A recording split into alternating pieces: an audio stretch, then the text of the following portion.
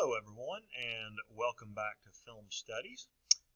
Today we are going to be talking about arguably the most influential science fiction film of all time. And it might be one that you may have never even heard of before, but it sure has influenced a lot of other great movies over the years. Movies that you've probably seen so often, some of them that you could dialogue them in your sleep. Movies like Star Wars, Blade Runner, so many that have been touched by this film. Everything from Frankenstein to all of the great science fiction films have been touched in some way by this movie. So I'm really happy to get to share this with you guys today. And I'm talking about Fritz Lang's 1927 classic film, Metropolis. So let's get started.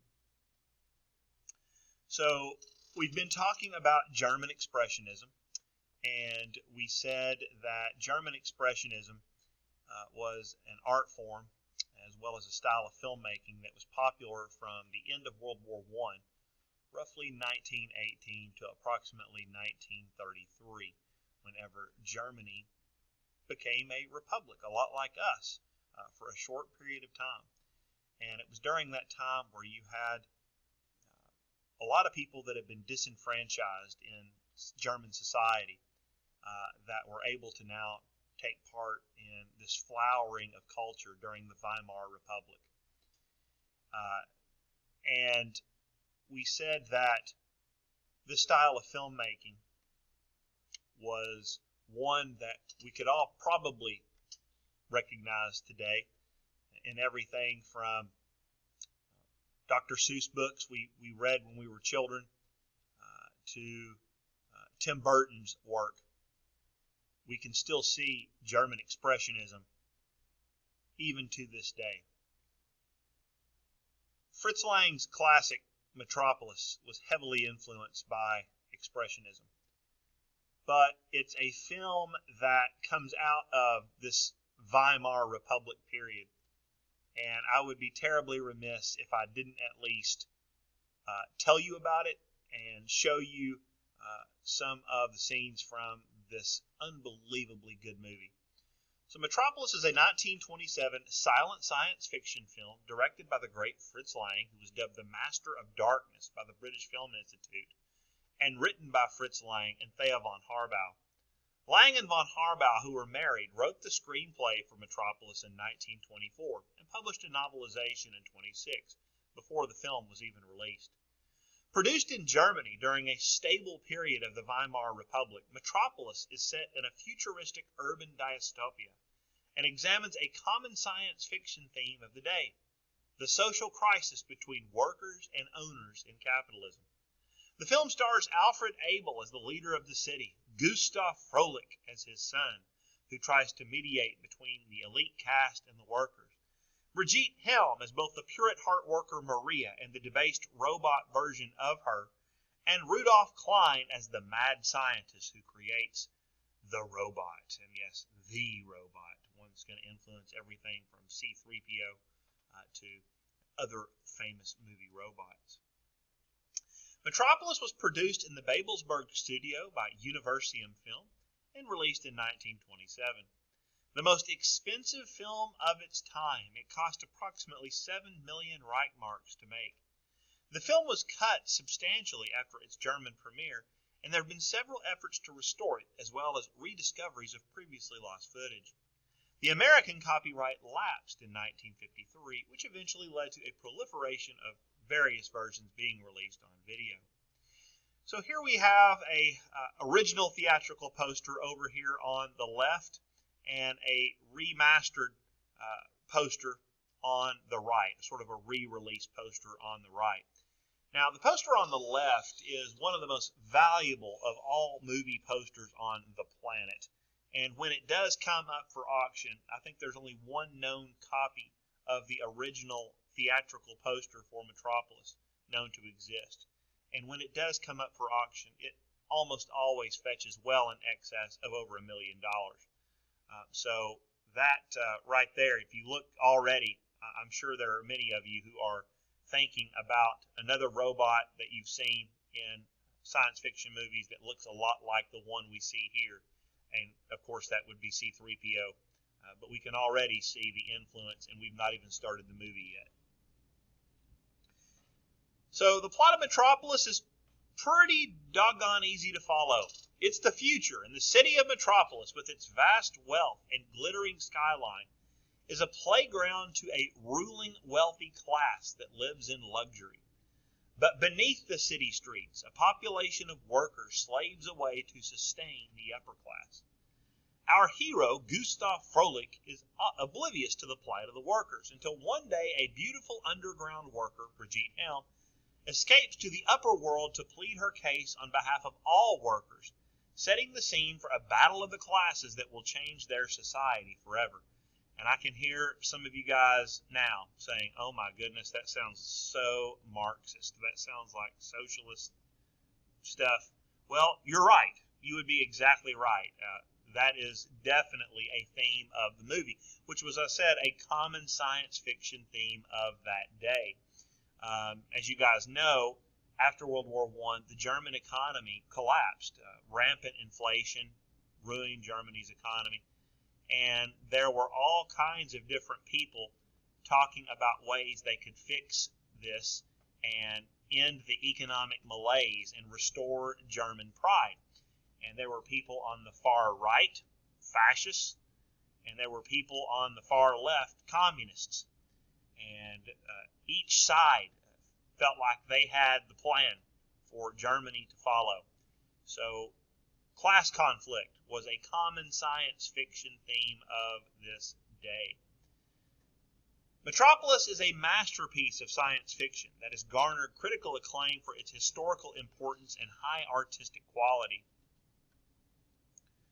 So there is the director of Metropolis, the great Fritz Lang, who immigrated to America when the Nazis came to power. He had Jewish blood in him and was absolutely, as you can understand, concerned about the Nazi rise to power and came to the United States, becoming a naturalized citizen in 1939. And one of the best known students of the Expressionist school. And that became an ongoing feature of his work. There's Fritz Lang on the set of Metropolis, directing away. Metropolis features special effects and set designs that still impress modern audiences with their visual impact. The film contains cinematic and thematic links to German Expressionism, though the architecture as portrayed in the film appears based on more contemporary modernism and Art Deco. The latter, a brand new style in Europe at the time, had not reached mass production yet and was considered an emblem of the bourgeois or sort of ruling class, and similarly associated with the ruling class in the film, or people that had money and power. So here we see part of the reason why this film is so incredibly influential. It is a beautiful city of the future, a burgeoning metropolis. You can see, the vast highways. We have the bullet trains. We've got planes in the air, huge skyscrapers. Just such a modern city. A lot of religious themes you're going to find are in Metropolis, as you will see. And the building that I'm circling with my cursor right there is indeed the Tower of Babel. So this is just one of many different religious expressions in this movie. So here is the robot, and for 1927, guys, the special effects here are going to be pretty incredible, as you're going to see. And this mad scientist is going to hook our heroine in this movie up to this robot and transform the robot into a mean version of our heroine. And it's quite captivating. American and foreign theater managers were generally unwilling to allow more than 90 minutes to a feature in their program during a period when film attendance figures were high, so they were interested in getting people in and out. Metropolis suffered as the original version was thought to be too long at 153 minutes. Few people outside of Berlin actually saw Metropolis as Fritz Lang had originally intended. And in the United States, the movie was shown in a version edited by the American playwright Channing Pollock, who almost completely obscured the original plot. It was considered too controversial by the American distributors and is considerably shortened. As a result of these edited versions, the original premiere cut eventually disappeared and a quarter of the original film was lost, or at least believed to be lost forever. So let's think about why this movie, based on what you've heard, would be controversial. We're talking about conflict between the workers and the capitalists. Think about what's going on in America during the 1920s. It's the Red Scare. After World War I, there was a huge fear of communism in America, Bolshevism, Leninism. And you had people really nervous.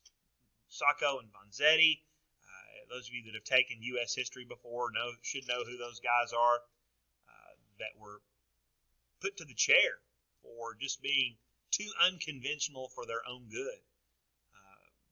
American people were terrified of the prospect of Marxism, and so many of the distributors were terrified about putting this socialistic Marxist influence film into American theaters and helping to perpetuate the spread of Marxism. So this film was controversial for a number of reasons. Too long, they considered it too long, too socialistic, and just a film that would make American audiences nervous. On July the 1st, 2008, Berlin film experts announced that a 16mm reduction negative of the original cut of the film, which runs over 210 minutes in length, had been discovered in the archives of the Film Museum, Museo del Cine, in Buenos Aires, Argentina.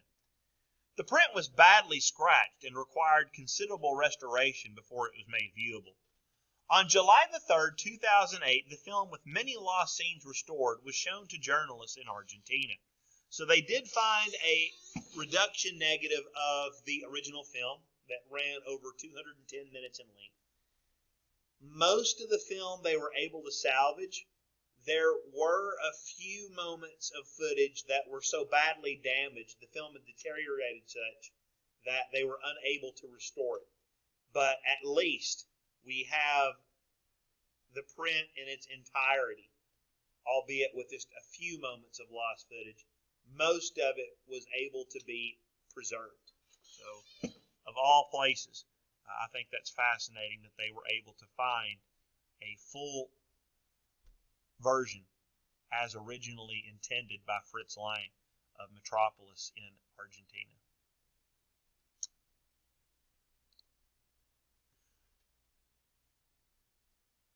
Okay, folks, so what I am going to do is go through a few really important critical scenes in Metropolis so you can at least get an idea as to what is going on here. And I think you're going to absolutely find fascinating what I'm about to show you. The music in this film is absolutely incredible, so I'm going to go ahead and begin this. And what you're about to see, you can see there Fritz Lang, our director, and his wife Thea von Harbau. What you're about to see is the version that was originally shot, the one that was found, rediscovered in Argentina. And it's absolutely masterful. I want you to hear and see the beginning here because the music is really incredible as we get going, this intro. And the introduction is also going to be ridiculously expressionistic. You're going to see all the elements of expressionism that we've discussed.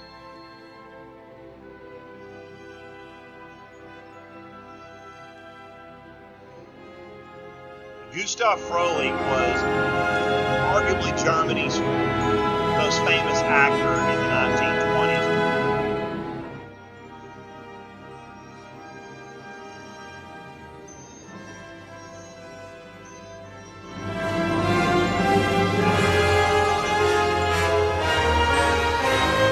So, as we get started here,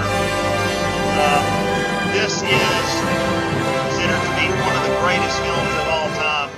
Now look how expressionistic this beginning is going to be. Alfred Hitchcock would make many of his movies begin in a similar fashion with the expressionistic overtones here. The distortion, the lights, the darks, shadow.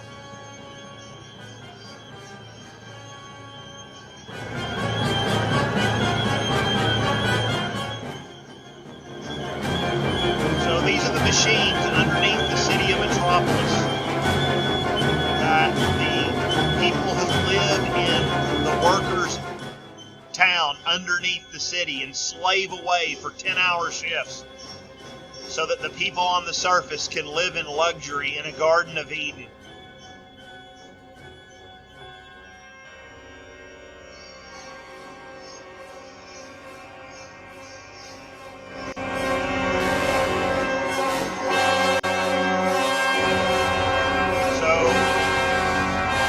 Shift is finishing up, the other is just arriving.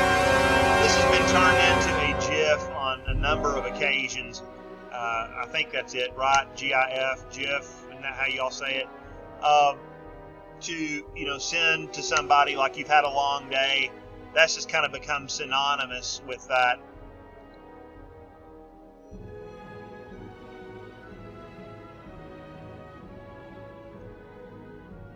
You can just tell they're all real enthusiastic about their life and just happy in general, right?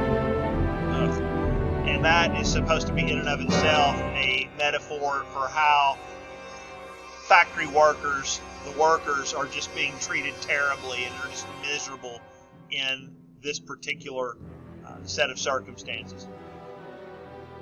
Definitely a thinly veiled attack on capitalism for sure.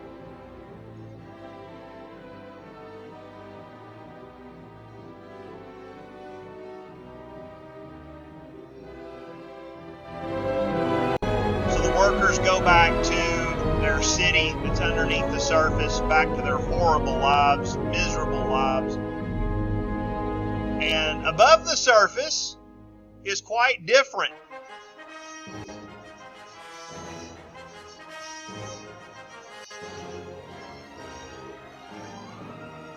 So above the surface is literally a Garden of Eden.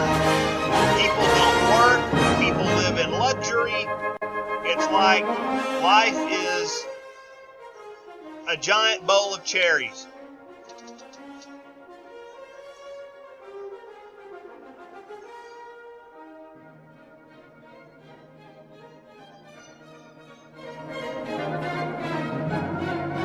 Sports, games,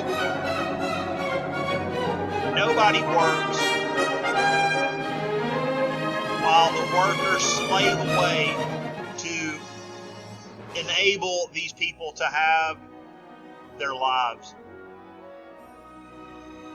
Miracle of the Eternal Gardens. Now look how expressionistic this is. Look at that. That looks like that's right out of Dr. Seuss, doesn't it? And so our hero is the mayor of Metropolis' son. Now see how grainy that is right there? That was part of the footage that was discovered in Argentina. That was badly damaged, but thankfully they were able to at least work it into the movie to restore the film in its entirety. Now these ladies are basically sort of showing themselves off to see who will have the honor of entertaining the mayor's son, getting to hang out with the mayor's son all day. So this is literally supposed to be like some Garden of Eden. These people live in complete luxury in contrast to the misery of the people below the surface. There's another one of those scenes right there. See how scratched it is? Thank goodness for the Argentinians.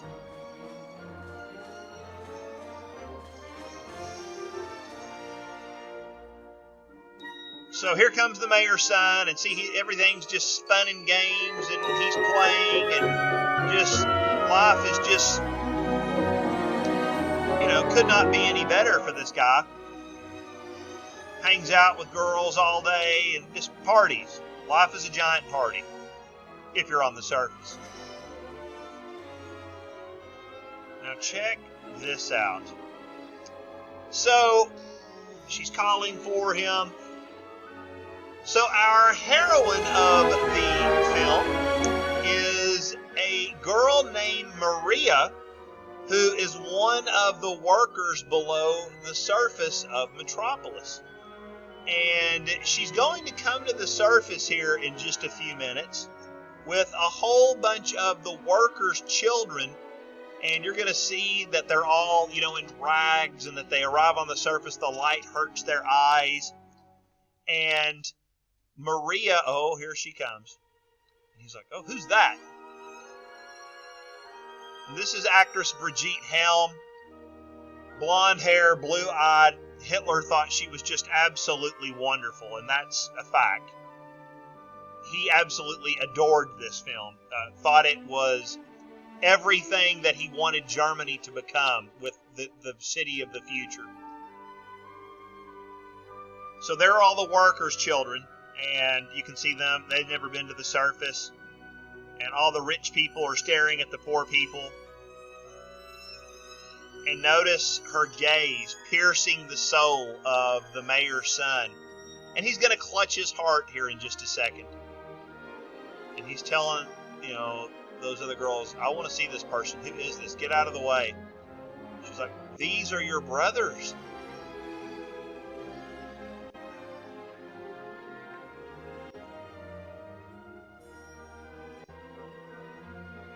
And they're all just sort of staring at Maria.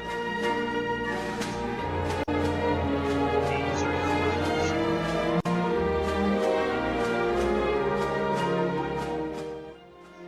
Watch him hold his heart.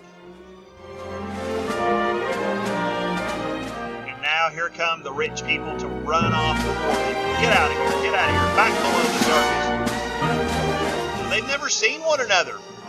And our hero, the mayor's son, Frieder, has never seen these people. He's like, who is that? Who are those kids? Where did they come from? Casting a gaze his way. Look at him holding his heart. And the girl over there is like, well, pay attention to me. So they go back down below, back into the workers' city. And Frieder, the mayor's son, is like, where did they come from? I want to go see her. I want to see what's happening down there. So there he goes.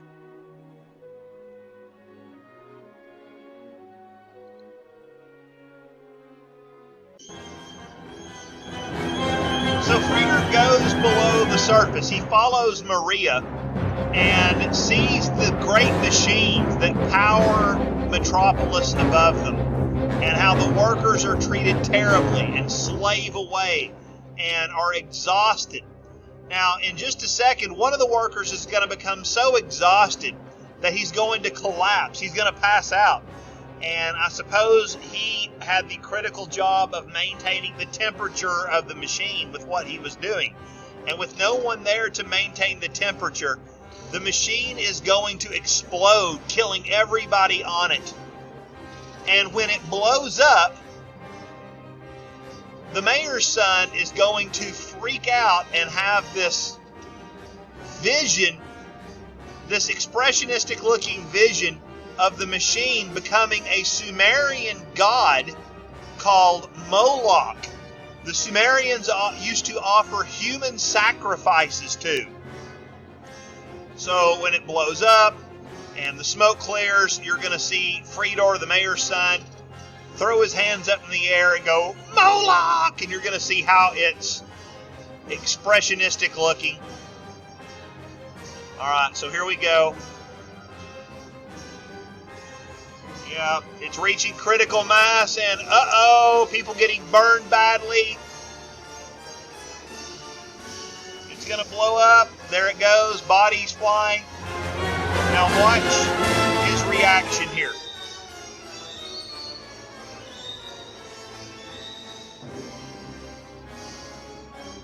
Oh, check that out, guys. Look how expressionistic that is. Look at that lettering. Moloch, the Sumerian god. And you see the analogy of the workers being fed into the machine. A blood sacrifice for Moloch, who in this case is capitalism.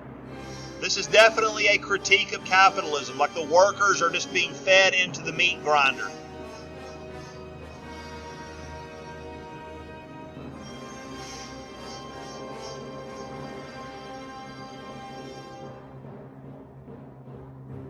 Isn't that creepy?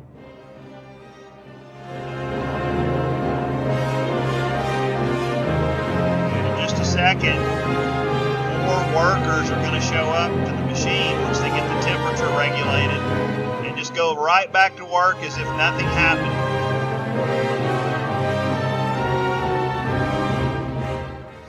So you can already see why this film would have made American distributors very nervous with the Marxist overtones here.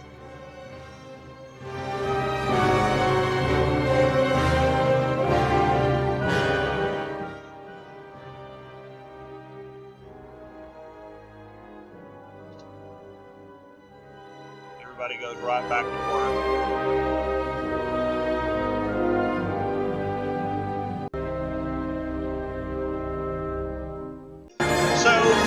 Going to go see his dad, who's the mayor, and is going to be like, Dad, did you know about these terrible things that are happening? There's his card. Now we get a better look at the city of Metropolis, guys. Look at that. And if you've seen any of the Star Wars movies, especially the prequels, like Coruscant and things like that, you know, the impact of this movie on those movies and some of those Star Wars cities. And like I said, especially Blade Runner, the city of the future. Those special effects are pretty impressive for 1927, guys. Check that out.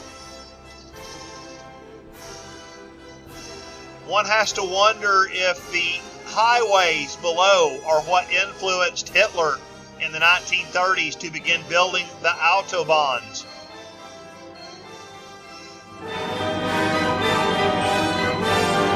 What he wanted Germany to ultimately become. What he wanted Berlin to become. So here, Fedor is talking to his dad and saying, Dad, do you know about what's going on below the surface? I saw people killed. I saw the place explode. Why have you never told me about these people? Why have you never shared this information? And he's describing the carnage, and the mayor is going to essentially say, well, buddy, that's just how things are. Forget what you saw. Never go down there again. This is just how we're able to live our life. If you enjoy living your life, pretend like you never saw those things.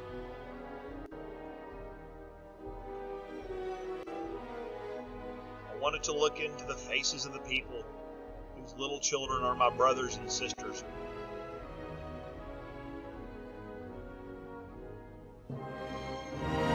He's like, Dad, you're the mayor. You can change this.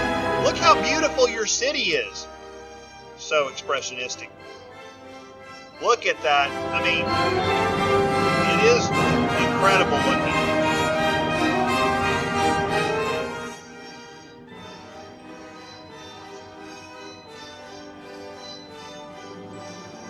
There's the Tower of Babel again.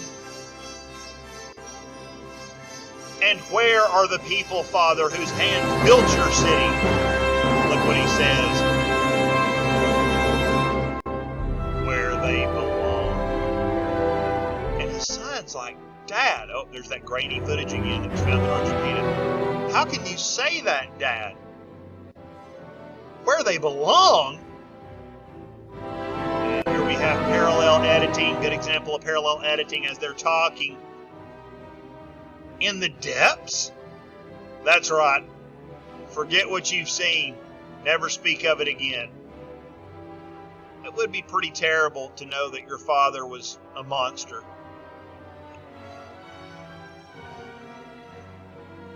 So he can't resist. The mayor's son is going to go back down into the depths, back down into where the machines are. And you see the big cloud of smoke. And he happens upon this guy who is literally being worked to death and is near collapse.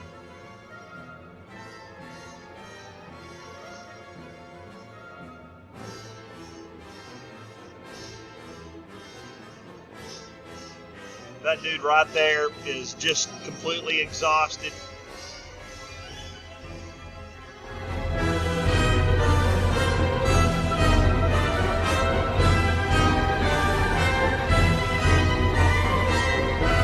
So he's about to pass out from exhaustion. This is very reminiscent of Moses almost going to work in the brick pits in the Bible. To go work alongside his brothers in the Old Testament. He's like, please, I've got to have the machine. Someone has to stay there. So he's going to take his place. And he's like, here, you give me your clothes and I'll cover your shift for you. Someone will stay at the machine. Me.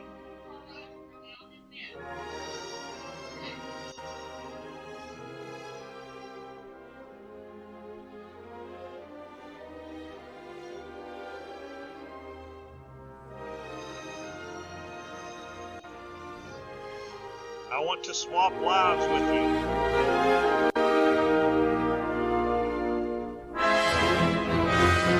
So we have the passage of time here, and he's been working and working and working, and now he's exhausted. And here we certainly have a ridiculously powerful religious theme. Check this out, guys. He's exhausted. The temperature is rising. It may blow up.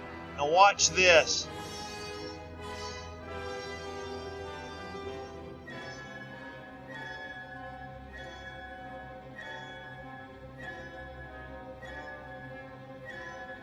Check this out. Powerful imagery. And look what he yells out.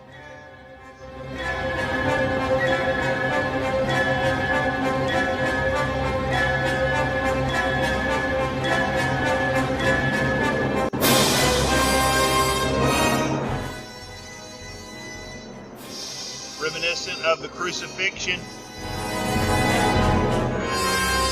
Finally, the shift is over. Someone comes to take his place.